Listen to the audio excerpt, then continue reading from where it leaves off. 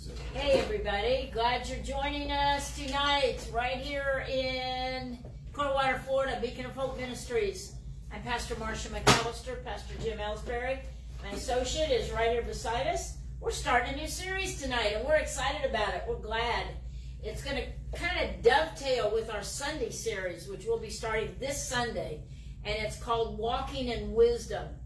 And we are going to really be getting some important stuff in Sunday morning and tonight on Wednesday nights.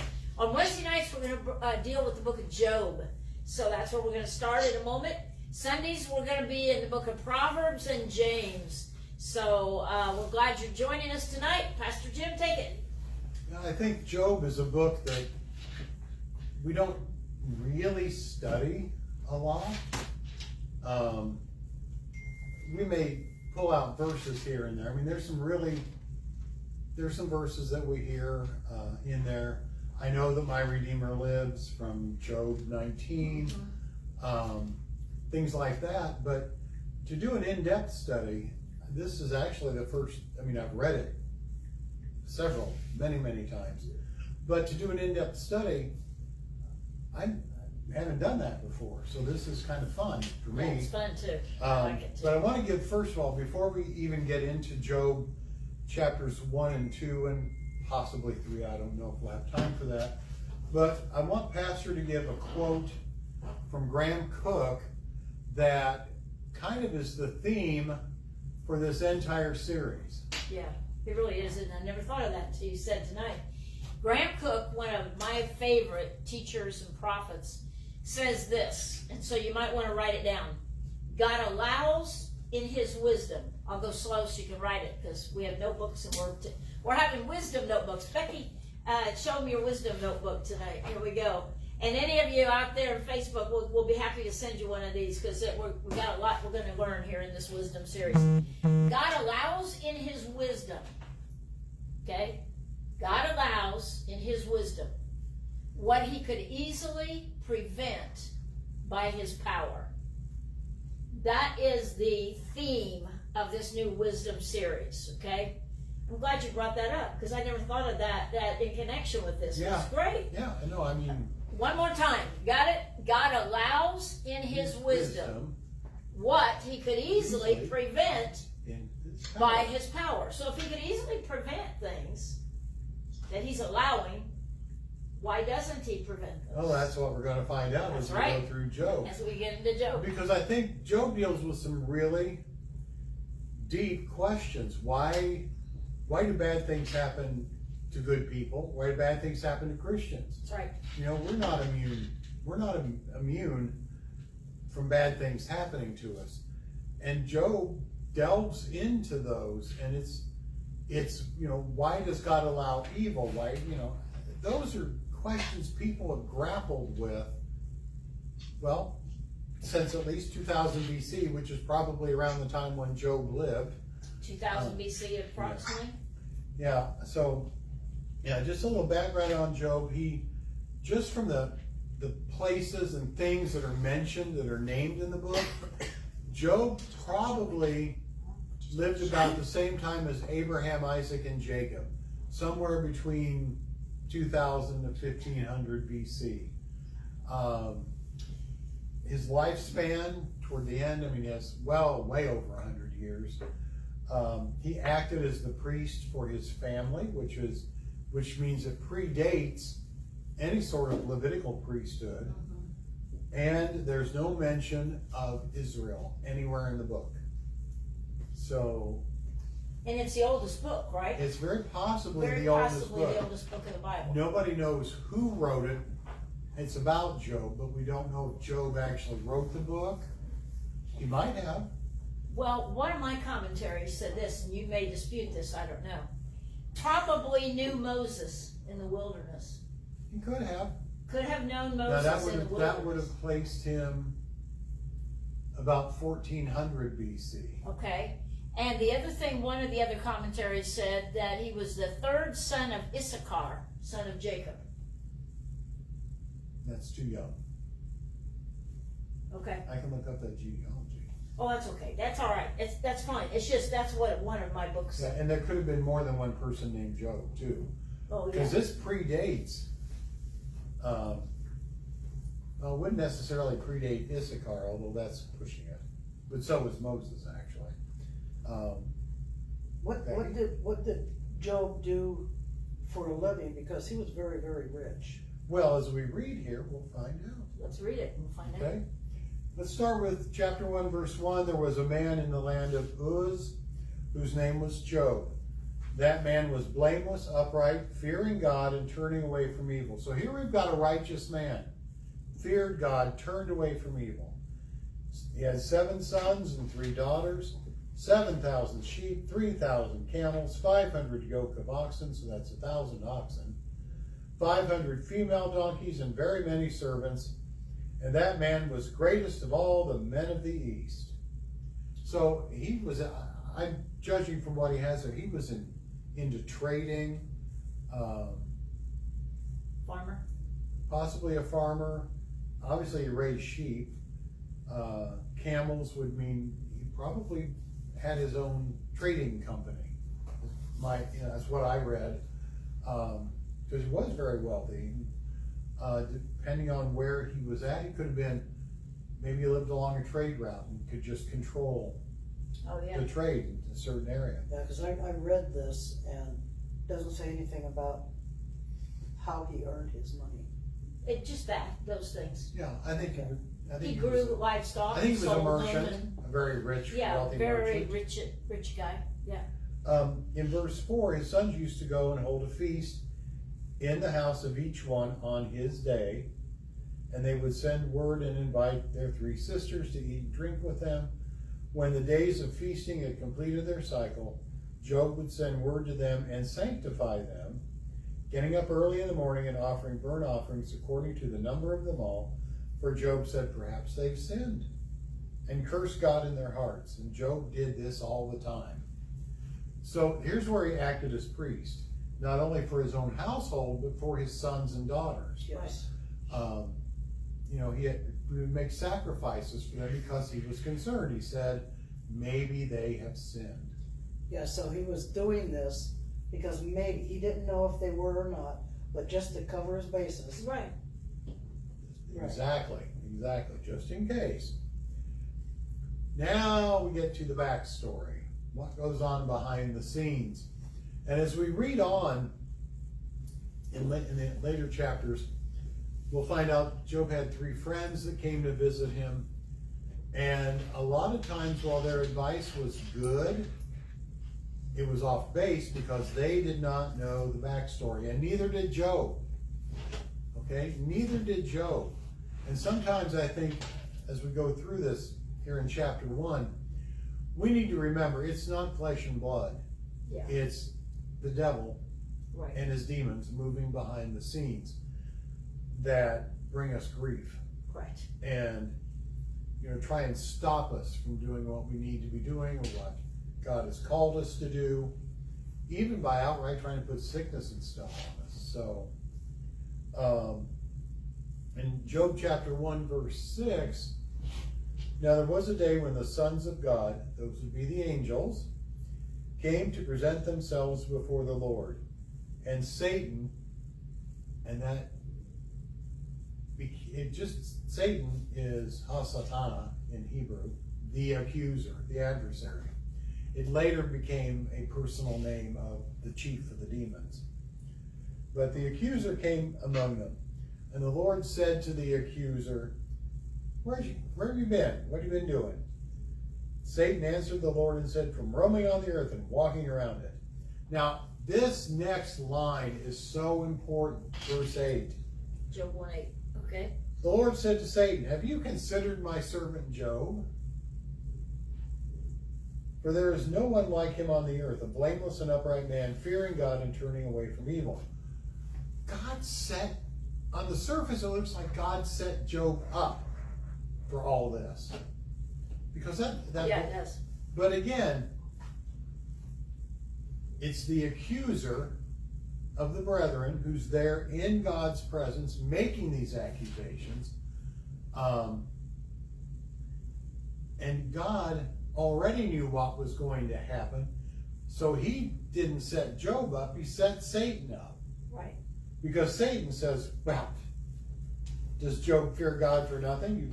Have you not made a hedge around him in his house and all that he has on every side? You've blessed the work of his hands, and his possessions have increased. But I tell you what, God, you reach out with your hand now and touch all he has, he'll certainly curse you to his face. And the Lord said to Satan, behold, all he has is in your power, only do not reach out and put your hand on him. So Satan departed from the presence of the Lord. Satan challenged God, directly challenged God. Okay, sure he's righteous, sure he fears you, sure he blesses you. But look what you've done for him. Take that away and I think he's going to curse you to his face. Well, wrong. But he didn't. No. You know. Even his wife was angry with him. Yeah. You've obviously read this. Yay! Yeah, I've read it. Good. Yeah. Well, you know, yeah. But Satan figured, you know, and it's a human test. It's for all of us. Everything's going along great. La la la la la. God's blessing us. We're getting a healing here, prosperity there. Yeah, life is good. Life is good. Then all of a sudden, car wreck. Yes. Something happens. What do we do with that? What do we do with that? Do we trust God enough, or do we curse God? And that's what Satan's going to try and get Job to do, is to curse God. I love the behind the scenes scene in heaven that Satan, you know, actually revealed what he wanted to do. He showed his hand. He shows his hand, you know. And that's one thing I love about this book, because so often things happen and we wonder, why did they happen? Well, yeah, and that's so nice. Here at the beginning of the book, the veil is pulled away. Yes. We see what goes on behind the scenes. Yeah, which I love. The next verses talk about all the catastrophes that happened. Mm-hmm. That was a lot. And it was a lot. In verse 15, the Sabaeans attacked, took the donkeys, they killed the servants. And I wish Nan was here, I'd have her read it out of the King James. And I alone have escaped to tell thee. I just like the way that's worded. While he was still speaking, another came and said, the fire of God fell Verse from 16. heaven. Yeah, verse 16, and burned up all the sheep and the servants and consumed them, and I alone have escaped to tell you. So, okay, here we got the oxen and the female donkeys gone, the sheep and all the servants gone. Verse 17, while he was still speaking, another came and said, the Chaldeans. Now, that's a clue to the oldness of Job. Yeah. To say you're from Chaldea, that was later known as Babylon. But back in the time of Abraham came from Ur of the Chaldeans. That's right. So this may be This is that probably old. possibly as old as Abraham. Is Abraham. Yeah, that is a clue. The Chaldeans formed 3 units and made a raid on the camels and took them, killed the servants.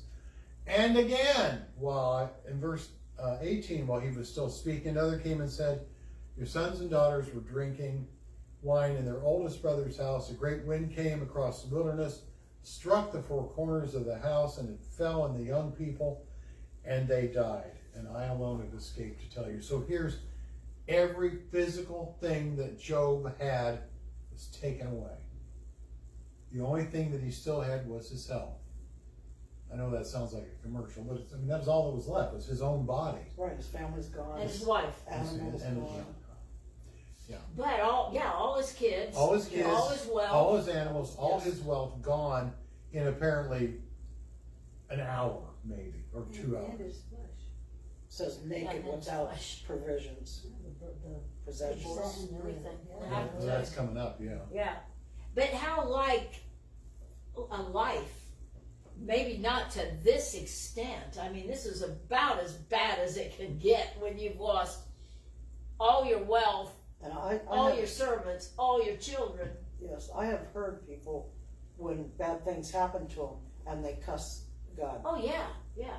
You know, why did you do this to me? Or they don't want to live any longer. They lost everything. They don't want to live. They don't wanna Well, live. that too. They do that. Job says that They lost the eventually. job. They lost the wife. They lost the car. That's right. That's right. Yeah, speak up so we can hear you. Yeah. so they can hear you. You know what you get when you play country music backwards? Get your car back, your truck back, your dog back, your wife back. Only Becky. Well, when That's she probably was saying- true. No, but that's probably true. Country music, you lose all that. That's right. Yeah, well, it reminded me when she said, well, he lost this and this and this, and it reminded me of that song. That's true. Now, don't you find it interesting, Pastor Jim, that in this story, he doesn't just lose one thing and have to deal with it. Everything. It's total and complete. Everything. Why do you think it was total and complete? Lost. Lost. Shock. Well, To see just how strong his faith is. Satan was trying to break him. Satan was trying to break him. exactly. Yes. That's But exactly the what it other was. thing is, God placed a limit on what Satan could do. He kept saying, don't touch him. Don't touch Right. him. Satan is on a leash. We need to remember that. No matter what he does Satan to is us, on a leash. Can we quote you on that? you can. Satan is on a leash. So that roaring lion is on a leash. He can only do what God allows him to do because God is sovereign. Some people think that Satan is equal to God. No. And that's so wrong. Yeah, they look at him like he's got so much more No. power than ever God could ever take care of. Exactly. They look at him as a big old demon, a big old. That's because we see evil all around us. Yeah. People don't share a lot of the good. Well, God's not here unless you bring him into the situation. I That's agree. true. That's I true. agree. Because of the fall of man. If it wasn't for the fall of man, God would be here. But fall of man. we have Connie, you bring- want we to have add bring anything him. into this discussion? No, I'm good. Okay. I think this is very interesting that we are given a behind the scenes picture. I've always loved this part of Job Well, yeah.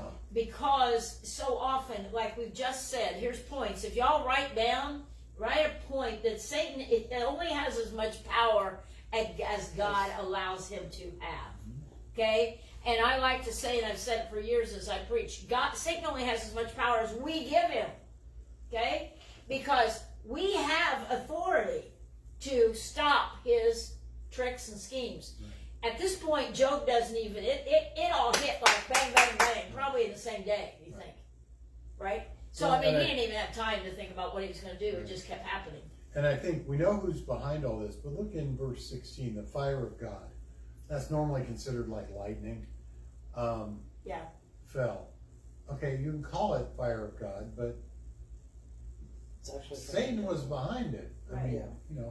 yes, God allowed it, but he only allowed Satan to go so far. And in verse 20, Job gets up, tears his robe, shaves his head, and fell to the ground and worshipped. Oh, yeah. Verse 20. Worshipped. After all that, he falls to the ground he and does, worships. he does mourn. I mean, he tears his robe and shaves his head. That's signs of mourning. Right.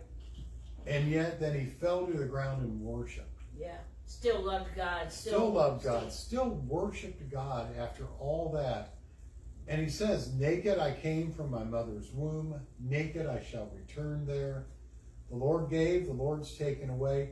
Blessed be the name of the Lord. Yes. And he could end that by saying, blessed be. He did not give up on God. In verse 22, despite all this, Job did not sin, nor did he blame God. And Verse 22 of Job chapter 1. Through all this, Job did not sin, nor did he blame God. literally, he did not ascribe unseemliness to God. It was God did not do anything unseemly, and Job didn't blame God for all this. I think that's amazing because. But don't we as humans blame God? Oh, Of absolutely! course. I was just going to say I blamed God before. I blamed God for not making me straight. Okay. When I wanted, when I was told I should be, when my ex-wife left, I got mad at God. I pulled a Job. I was mad for a couple of years, and yet, God kept pulling me back, wasn't gonna let me get away. I kind of wish I'd had the attitude of Job, but I didn't. Because at that point, I get it. I lost my wife, my daughter, basically pretty much everything, my family for a little while.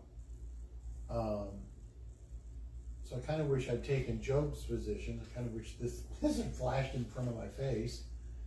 Don't you think human nature tends to say, God, why are you doing this to me? And it's okay to ask, although I think we need to rephrase that to say, God, why are you allowing Satan to Why test me? are you Allowing Satan to test me? That's really the key. What right lesson do I need to learn?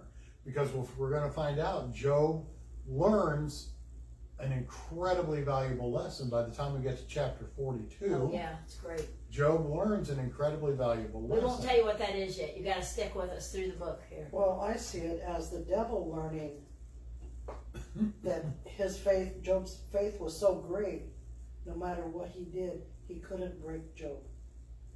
Well, the devil's still doing this kind of stuff today Oh, all to the all time. of us, right? Yes. And his goal always is to break us, to beat us down, to cause But us if to our get so faith is defeated. strong enough, Right.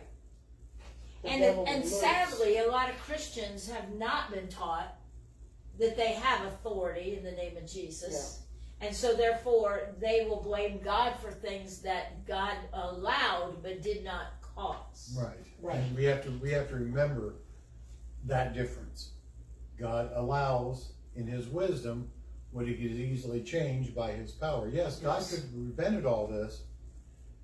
God could prevent all evil. He could wipe Satan out with a snap of his fingers. But his wisdom, which I don't understand, he's allowing. But if we didn't have any bad things ever happen to us, Pat, we wouldn't appreciate if it. we never had any bad things, would we draw close to God on our own? No. No. Because we wouldn't need Him, would we? We wouldn't appreciate anything. Right, we would not need Him. How often do you cry out, Abba, Father, when your life is great? Right, you don't. You don't. When everything's going perfect. Connie, you want to comment on that? I thank God a lot for that. Connie, you want to comment on any of that? Okay, evidently not. Okay. Okay, so go ahead. Okay, so the last verse of chapter 1, despite all this, and that was a lot, Job did not sin, nor did he blame God. He did not accuse Yes. God of wrongdoing. Chapter 2, again, we're back up in the throne room in heaven. Came a day when the sons of God came to present themselves before the Lord, and you know who was among them to present Of himself course. before the Lord. The Lord said to Satan, "Where did you come from?" Satan answered the Lord and said, "From roaming about the earth and walking around on it." And again the Lord says, "Have you considered Job?"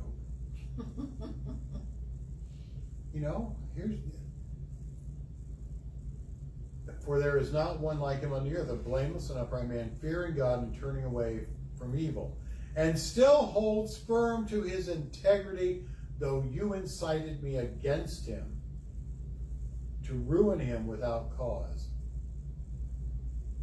And Satan answered the Lord and said, "Skin for skin. All that a man has, he'll give for his life. However, reach out and touch with your hand now and touch his bone and flesh, and he'll curse you to your face." So again, we see Satan on a leash, though. So God says to Satan, he's in your power, only spare his life. You cannot take his life.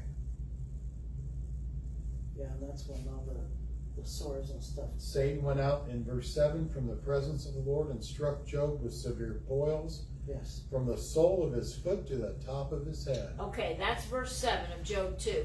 I want to stop there a minute and, okay, 1 Corinthians 10:13, yeah, read it, that's good. There has no temptation taken you but such as is common to man, but God, faithful, who will not suffer you to be tempted above that ye are able. Amen. With the temptation also make a way of escape, that ye may be able to bear it. Oh, that is really good. 1 Corinthians 10:13. But in verse, it goes right along with verse 7. Satan went out from the presence of the Lord and smote Job with sore boils from the sole of his foot to the crown of his head. And I have, all these years of ministry, I have heard so many people say, God put that disease over there on so-and-so because she's got a bad attitude. No, God does not do that. God don't put evil. No, he does not. Evil does And not come from God. well, and here's a verse, if you're all writing down, putting in your notebooks, one that I really encourage you I to was put in your just thinking of notebooks. that one. James 1:17, every good gift, write it in your notebook, every good gift and every perfect gift comes down from the Father of lights, in whom there is no variableness or shifting shadow. In other words, God's not one day good and the next day he's mad at you. What's it say in the New American Standard there? Same thing. Same thing? Same thing. Okay, so God, every good gift and every perfect gift comes down from the Father of lights. We're going to establish that in this series. The good gifts are coming from God, and we need to understand that the devil is not going to give you great things, although some people do think that the devil's giving them good stuff. If you're serving God and you're walking with him, he's not going to leave you now. He's not going to leave you. there. No, he's not. But he does allow. I think the one of the words that if I was writing on the board right now, I would write in great big letters, allow. Okay? Allow means permit. Okay? And God does permit it. He does permitted permit it. Satan to attack Job. And Yeah. I just picture this in your head. You've got boils from the top of his head to the soles of his feet. Oh, gosh. And he took a piece of pottery and And was we complain scraping. over little sores here and there. Like a mosquito bite that drives you crazy. You ever had a boil? Yes. I never Oh, have. yeah, I have. But I know people that have had them, and I So guess they're very painful. So painful. Right? It freaks you out, it's so painful. I've had shingles, and that's the worst thing I've ever had. But boils, I guess, are even more painful. I don't They know. hurt like crazy. Yeah. And I had to get mine, I did some crazy stuff to get rid of it, I'm just telling you. Did you? Oh, boy. I wasn't serving God either, but Okay. I had to had drink something mosquito bites. and then take a needle this long and went in and pop. Oh. I had to because it was Yeah. killing me. My doctor had to lance me. Oh, wow. I still have a scar from it. Wow. So yeah, they're very painful. And here, poor Job. As I was From reading head this to again, foot boils. and when I was I mean- reading this verse 8, Job took a piece of pottery to scrape himself. I can't imagine that. Oh, that's so heartbreaking to me. Yeah. Just Well, he was thinking to get whatever the juice in the boils, to get it out of his try Out of and system. get it out, yeah. Yeah. And then his wife said to him, "Do you still hold your integrity, you twit?" You twit. You What twit. translation is you That's twit? my translation. Okay. Job chapter 2 verse 9 if you're just joining us. And his wife said to him, "Do you still hold firm your integrity? Curse God and die. Just do it. Just get it over with." Now, she's not somebody I'd want talking to me if I was in misery. No. Yeah, but don't you think that's a human and nature reaction? She Oh did. my gosh, you're so suffering, you might as well just go ahead and die. Just go I ahead. just want to die. I think Yeah. she left him. Yeah. She left him and he got a new wife at the end and everything. Yeah, he did. Well, they don't say he got a new I wife. mean, I He guarantee he you did he have more probably kids. did. He had more He kids. probably got a new wife. He probably never came back, Because once the woman leaves from that, she ain't. Yeah, once you lose everything and you've got these sores all over you, All your She's lost kids all are her a gone. kids. normal person Yeah. would say, okay, fine, let me die. Well, She wasn't living for God, so she but he probably didn't. Who knows? It didn't tell us what she did to herself during that time. She No. Well, lost everything. apparently- Not only She did lost Job everything. She lost everything. She They lost got everything, anything, but at right? least she didn't have boils. How do you know what she had? We don't know. 'Cause it would've Doesn't said- tell us. I'm sure it would have It said. doesn't tell us what happened to her. Well, Yeah, I'm it just does. going to assume from that she didn't have I boils. guarantee you, she killed herself.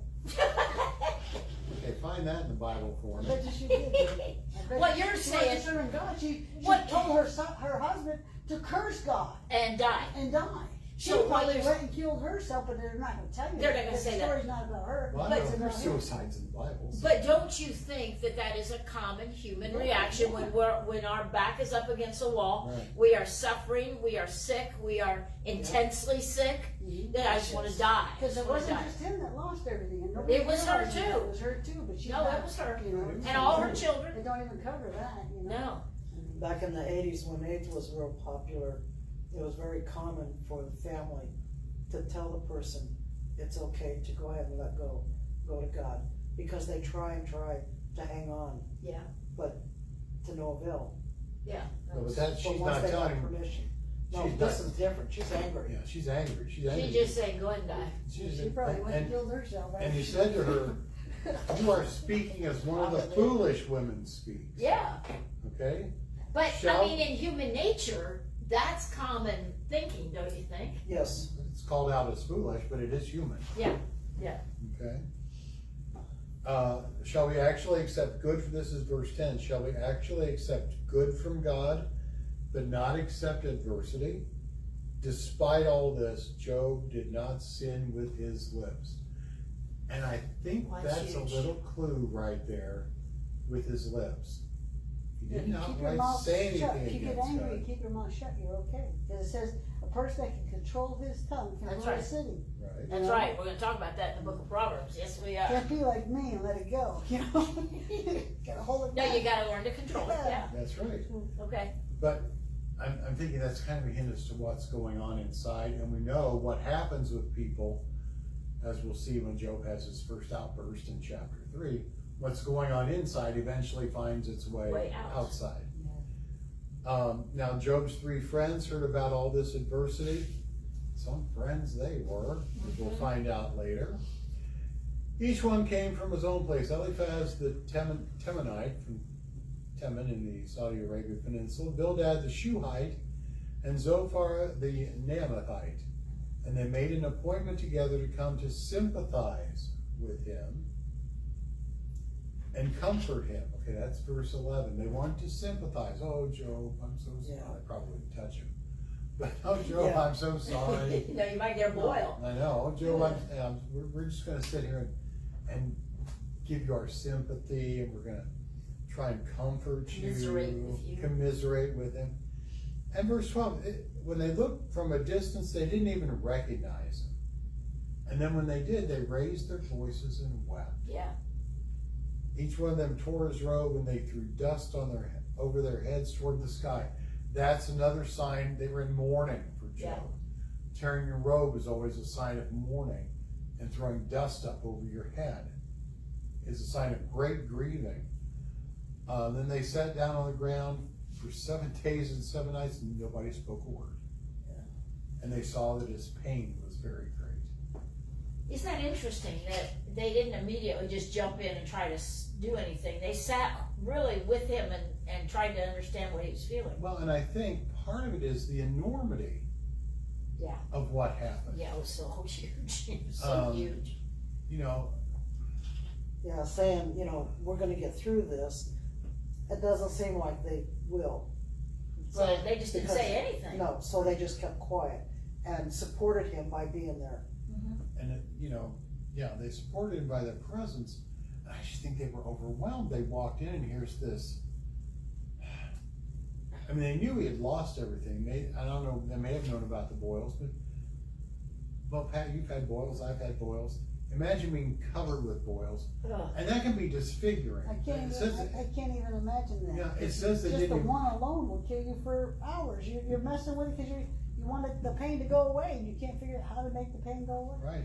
You know? And here he's covered with, disfigured. I think Yeah. Job was just utterly disfigured by these, because it says his friends didn't even recognize They didn't recognize him. They looked and they saw him at a distance. And They didn't didn't- recognize him. Then when they did, I think they were just absolutely horrified and stunned to the point of silence. And sometimes when we have close friends and family that are going through huge physical problems, it does catch you. It catches you if you haven't seen them for a while, and then maybe they are so very ill or at the point of death. Seen that many times with people through the years, and it's like you're just taken aback and like, wow, it just stops you short. Like, wow, this is super Very serious. serious. Yeah. So that's Job 1 and 2. And Job finally does open his mouth in chapter 3, just as a prelude. He just said, curse the day I was born. He'd had enough. Yeah. And I get that. That is very human. Yeah. That's a very human reaction. He says, he just wants the day he was born cursed. May it perish, as well as the night in which he was said, a boy is conceived. he was just utterly overwhelmed at this point. And he goes on in kind of in that same vein, and that's kind of, what we had said earlier. He didn't curse God. No, that's He cursed right. his birth. He cursed his birth. You're absolutely right. He Because also never you gotta look at the cursed God. difference in the word that was used, the Hebrew, Which it says the what Hebrew verse word, are you in? in Job 3 what? 2:9, I'm in 3, where he started to curse God. I mean, he started to curse, His himself birth, and all that, yeah. not God. If you look at the word in Job 2:9, it's different than the one used here. The word is different from the used in Job 2:9. He does not curse God, but the day of his birth, and asks that his stripped and suffering existence may be brought to as speedy as an end as possible. So, He's wanting it to be done with, over with. Yeah, and that's understandable. I'm pretty sure I would too.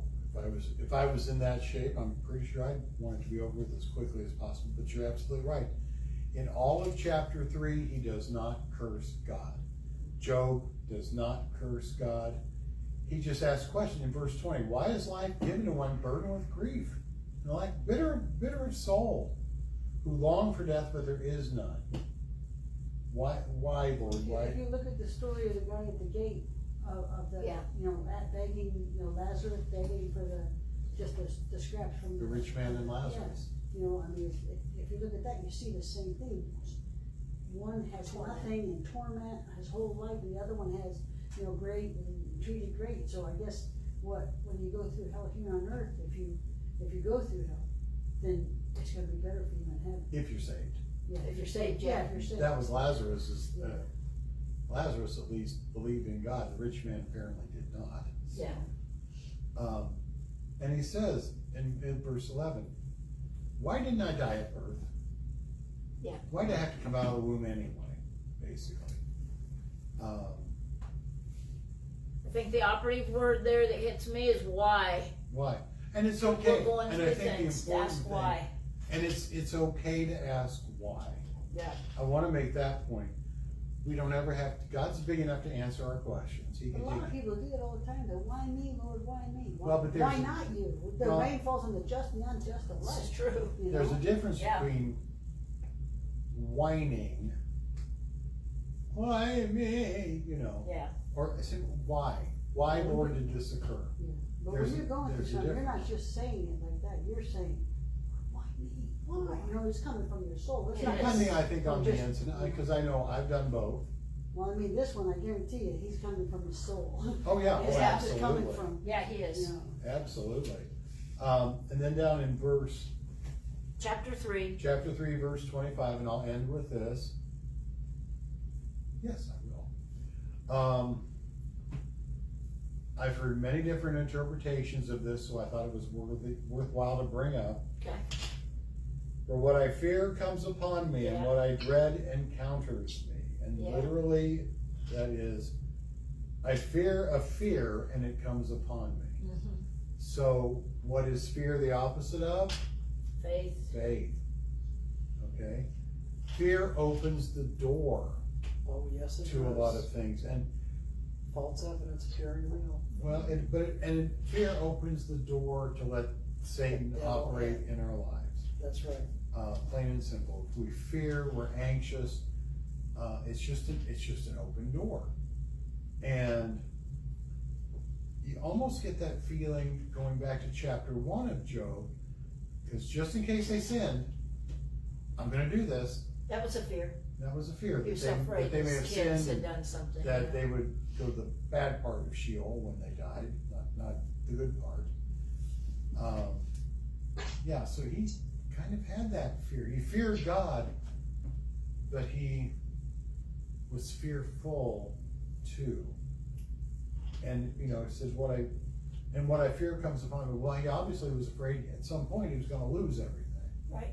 And sure enough, that was the door Satan needed to open. That's all Satan needed to open and operate in Job's life.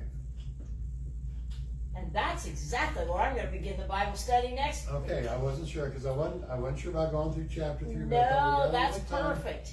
Because we start there, and then we have the 3 friends, and the pattern, the rest of the book is each friend gives, I think it's 3 speeches, and Job follows it up with his own comments.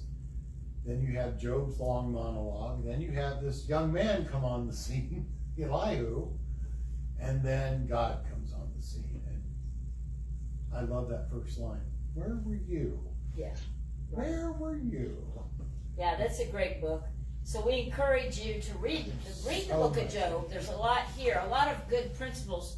So I'm going to go back and repeat what we started with, what Graham Cook says. This is not original with us. It's original with Graham Cook, the great teacher and prophet. By the way, you can watch him on Facebook, and he's got great teachings from England. Graham Cook, it's spelled C-O-O-K-E. They're also on YouTube. And they're on YouTube, absolutely. So what we started with was God allows in his wisdom what he could easily prevent by his power. We're going to start here with Job chapter 3, verse 20-ish. Next Wednesday night in an interactive setting like we did tonight. Pastor Jim's going to be out of town. I'm going to lead it, but the next week he'll be back, and we'll all be talking. We'll all be talking. We'll all be talking. And those of you that want to join us on Zoom, you can actually talk and participate.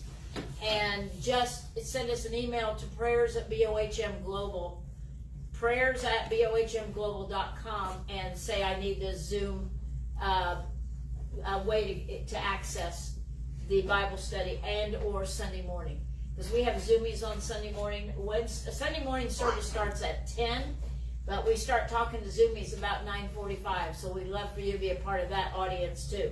But this is a good way for you to be able to participate on Wednesday night discussion, which is going to be interactive during this series, and so you can be a part of us. Just send us a note to prayers@BOHMglobal.com. Say, I want to join your discussion on Wednesday nights.